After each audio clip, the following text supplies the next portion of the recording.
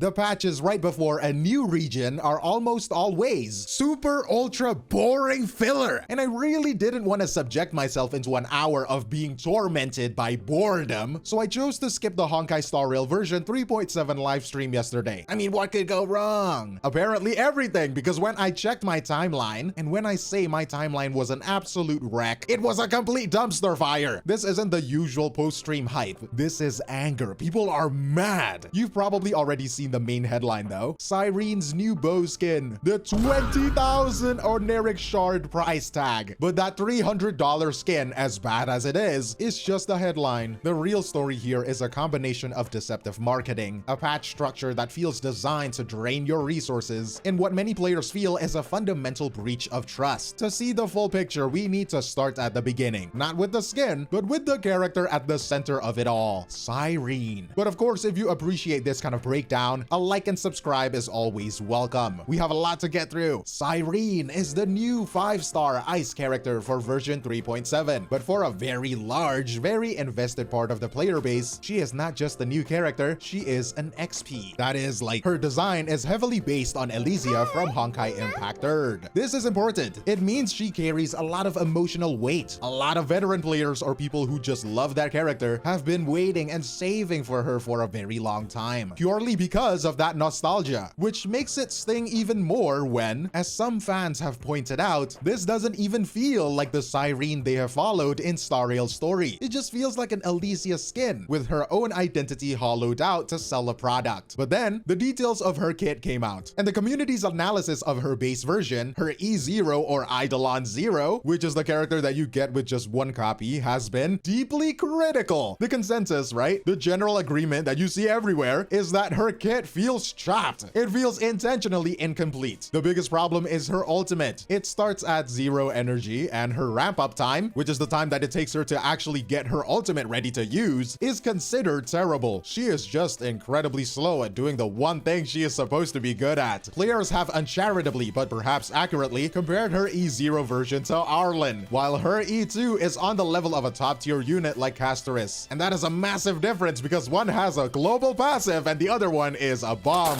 Why doesn't Cyrene have a global passive? Did you ever think of that? They might as well be. And of course, players immediately looked at her Eidolons. Those are the extra copies of the character that you have to pull for, right? And it is now widely believed that her E2, her second Eidolon, is the real fix. That her E2 gives her the necessary stacks and the starting energy to actually function as the top tier buffer she is meant to be. So right out of the gate, before we even talk about skins or top-up events, the immediate impression for everyone is that the functional version of this highly anticipated nostalgia character is locked behind a significant paywall, because you need 3 characters to make her function apparently. But the widespread concern about her base kit wasn't just speculation for long. The 3.7 livestream pretty much confirmed everyone's worst fears. You see, people watching the official demo noticed something was different. Something was off. The Cyrene they were showing on the stream was not the E0 character, not the base version you pull from the banner. I mean, how do we know? Well, there were a couple of dead giveaways. First, her traces, her skills were shown at level 12. And for everyone who doesn't know, the normal maximum level of a character's skill is 10. The only way to get 12 is to have her at E5, Eidolon 5 or higher. And second, and this is the more obvious one, the demo showed her starting the fights with 18 energy and 12 of her 24 required stacks. The base character E0 starts with 0, absolutely nada, right? Nothing. Like when you open your wallet, there's nothing there. That ability to start with 12 stacks, wait for it, that is her E2! Oh my god! This is perceived as deceptive advertising. The company is showcasing a whale version of the character, one that most players will never ever get, and presenting it as the standard. The resulting joke in the community, which is probably true, is that the only reason they used a maxed out Cyrene is because her base E0 form is so slow. They literally wouldn't be able to load her ultimate in time for the short live stream segment. And you know what? This is a bad look. It tells the community that the company knows the base product is flawed, and they chose to hide it. The question players are asking is, what is the point of beta testing? What is the point of all of those feedback forms if the feedback is just ignored to push a fix as a paid upgrade? And this feeling of being manipulated, it escalates when you look at the rest of the patch. The entire banner structure for 3.7 has been called an assault on our wallets, and it is not hard to see why. Look at phase 1. It isn't just the Cyrene banner, because alongside her, they are rerunning 3 of the most highly valued characters in the game: 𝗖cie, Castris, and Tribi, all at the same time. And it doesn't stop there, because Phase 2 brings reruns for Finon, Cypher, and My Day. It is an unprecedented number of top-tier banners all at once. It is basically a clearance sale. And for context, 𝗖cie is considered the best-in-class sustain, the best healer or shielder, and Castris has a unique global passive that can keep your team from being one-shotted. These are not niche units. These are extremely powerful and desirable. This forces any player who has been saving their free Stellar Jade into a very difficult choice. And it does this right before the version 4.0, which is the start of a new major story arc, where everyone expects new, even more powerful characters to be released. They are very effectively squeezing the free resources out of the entire player base. This squeeze is felt even harder because the community has pointed out that the free Stellar Jade count for this patch seems unusually low. You are being offered more things to buy while getting less to save. Adding into the pile, they announced a smaller paid item, a new cosmetic for the Trailblazer, the Mem Hat. To get this hat, you have to top up 2,000 Oneric shards. That is about $30 for a hat in-game. This is seen as a lot, especially when players are looking at Zealot Zone Zero, HoYoverse's other game, doing this character customization for free. And to top it all off, this patch also introduces a new endgame mode that players are saying spits in the face of anyone who can't afford multiple premium fully built teams. So even the free content feels like it's pushing you to spend. The result is a weak-based character, a deceptive showcase, resource-draining banners, a $30 digital hat, and a new mode that favors whales. All of that, and we still haven't gotten to the main problem. All of that was just the setup. The centerpiece of this whole entire controversy is the thing that really broke your mother's back. It is the top-tier reward for that same top-up event, a new cosmetic bow skin for Cyrene. The cost to get this skin is 20,000 Oneric shard. And now let's be clear about what the number means, right? In real money, if you're a brand new player and you still have all of your one-time first purchase bonuses, you are looking at a minimum spend of $155. That is a lot, right? And if you don't have these bonuses, that price goes up to about $300. And here is the most important part of that. There is no new top-up bonus resets for patch 3.7. So who is this skin for? It is for the whales, the long-term spenders, the exact group of people who have already used all of their first-time bonuses. For the target audience, this is not a $155 skin. It is a $250 to $300 skin, period. And before someone says, but you get other rewards from the top-up too, well, let's look at them. The other rewards are mostly farmable materials and a golden companion spirit. That is the item that lets you buy a standard 5-star, right? And Ranmei, and also Topaz. The community's reaction to this has been, so what? HoYoverse is so slow at updating that shop. They have only just added Topaz. Players have these spirits rotting in their inventories for months. It is not a real reward. So for $300, let's be honest, that $300 price tag is just for the bow skin. What incredible game-changing feature that you get? A full new outfit? Surely, right? It's $300. New particle effects on all of her skills? Maybe it should be, right? Nah! The only special feature is that it adds the Trailblazer, your player character, Kaelis or Stell, into her ultimate animation. And it looks like an idle animation too. I don't know. The community's reaction to this has been, to put it mildly, overwhelmingly negative. People are calling it a downgrade, a super mega giga self-insert tool. Many feel it completely ruins Cyrene's whole character by taking the spotlight away from her during her own ultimate. And the final insult, the thing that just twists the knife for all of those veteran players we talked about, is that a comparable 5-star skin for 𝗖cie in Honkai Impact 3rd, the character she is based on, was given away for free and it looked even better. And that comparison to Honkai Impact 3rd is what makes this feel so intentional. The way this was all announced, it doesn't feel like a series of bad decisions. It feels like pain. It feels like a plan. You have to look at the timing, right? During the version 3.7 livestream, which is the big high-energy marketing event for the patch, they focused on all of the positives. They showed the dramatic story conclusion, the beautiful character design, the new game modes. They even showed the new bow skin, but they very deliberately omitted the price. There was no mention of 20,000 Oneric shards. And then only after the live stream was over, after the hype was at its peak and people were sharing all of the positive clips, they quietly published a blog post with all of the full details. And that is when the community saw the price tag. It is a classic strategy. You use the live event to build the hype, and then you bury the bad news in a static blog post where it cannot be viewed in real time. And when you put all of the pieces from this patch together, it stops looking like a coincidence and it starts looking like a calculated, multi-layered, perfect storm of monetization. Let's just connect the dots, right? So first step, you identify your target. You pick one character you know has a huge built-in nostalgic audience, the 𝗖cie XP. And then step 2, you chop her base kit. You make her E0 version functionally weak to create a very strong push for players to spend money on her eidolons, specifically her E2 fix. Step 3, you deceive. You use a maxed out E6 version of her in your official showcase to hide that her E0 weakness from the general audience. Step 4, you drain the free currency. You launch her at the exact time as a clearance sale of the game's most wanted rerun characters, squeezing everyone's saved up jades. You even make Cyrene's banner last for 42 days, long enough to span 2 paychecks just to add that extra bit of pressure. And then step 5, for the most dedicated fans, the ones who still want to support her no matter what, you attach a $300 nostalgia tax in a form of a cosmetic. It feels intentional, and this is just like combination of things all at once that has led to the response we are seeing. So in the end, this massive backlash is not really about the $300 price tag on its own. It is about what the price tag represents, a perceived pattern of disrespect for the player's intelligence, their time, and their support. And now the common defense for this kind of thing, and you can see it every time, is it's a gacha game. Oh, it's optional. No one is forcing you to buy it. You have to be happy. You have to be happy.